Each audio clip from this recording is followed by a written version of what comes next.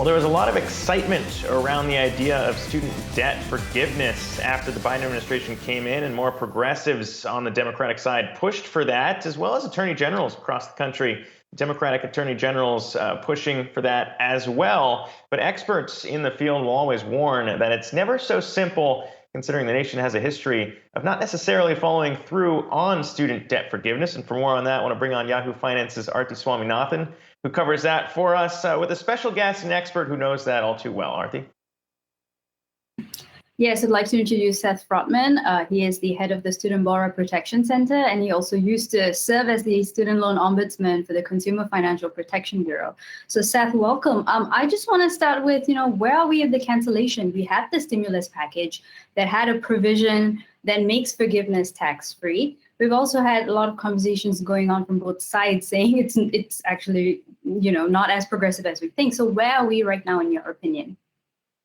Well, thank you so much for having me on. And it's been a really big few weeks when it comes to student loan and student loan forgiveness. I think a couple points that you mentioned is, as part of the big Recovery Act coming out of Washington, Senator Warren, Senator Menendez included a provision to ensure that the cancellation of student debt doesn't have tax implications, which is, enormous for everyday borrowers who might get their loans forgiven outside of public service loan forgiveness, but really essential as we debate and hopefully push on debt cancellation. And I think the other really thing important is we released some new numbers with the National Consumer Law Center, which showed that only a few dozen people have had their loans forgiven under the income-driven repayment plans. This is often the option that opponents of cancellation use to argue why we don't need cancellation. And I think what we have seen now is that those plans have just not worked over the last few decades. I'm glad you brought that up, especially, even public service loan forgiveness kind of hasn't had a great history. But just a couple of days ago, the person managing the $1 trillion student loan portfolio, Mark Brown, head of FSA, just left. What does that mean for borrowers, and what is on the agenda list for the incoming official? Well, I hope it really means we're going to get a fresh start. I think for 4 years under Betsy DeVos, we've seen a real hostility to use the law, to use provisions that Congress has already passed to provide relief for student loan borrowers, whether that's public service loan forgiveness, whether that's programs to protect people who've been ripped off from predatory schools. We've seen how time and time again under the prior administration, putting up roadblocks, putting up hurdles, and nearly no borrowers got relief under these plans. And I think with a new leadership coming in on ed and federal student aid, I hope there's a real embracing of the idea that there are laws on the books to help people escape the problems that student debt is having on their lives, on our country, on our economy, and to really use those to actually try to help people across this country.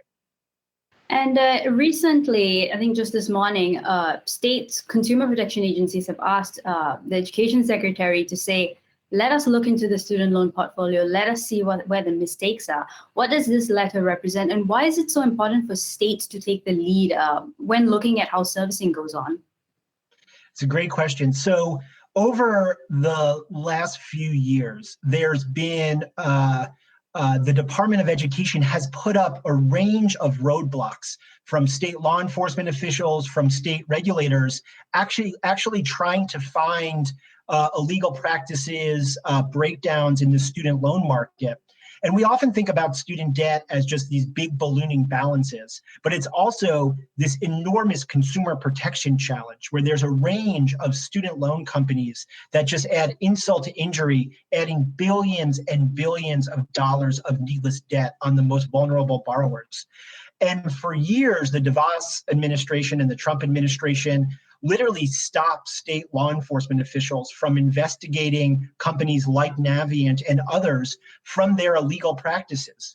And, unfortunately, we've seen that these preemption tactics have been extended through the Biden administration. And so this morning you saw a bipartisan group of 11 states urged the Biden administration to roll back those policies to allow them to protect the millions and millions of student loan borrowers who, deserve protections, who deserve not to be ripped off by a student loan industry who too often views them as their chance to get rich.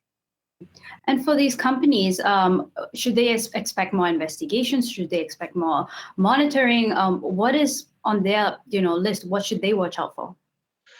Well, so it's been truly remarkable. The policies you've seen put in place under the prior administration have essentially shielded more than $1 trillion of student loan from basic oversight. So the oversight that, almost every consumer finance company in America has to undertake to ensure that they are complying with the law. This is not a radical proposition by any stretch of the imagination, but there are policies in places where the Department of Ed itself was blocking state attorney generals, state banking regulators from making sure these companies were following the law. And I think what you're going to see now is a teaming up between the Biden administration and states to ensure that people who have taken on student debt are actually protected from illegal practices.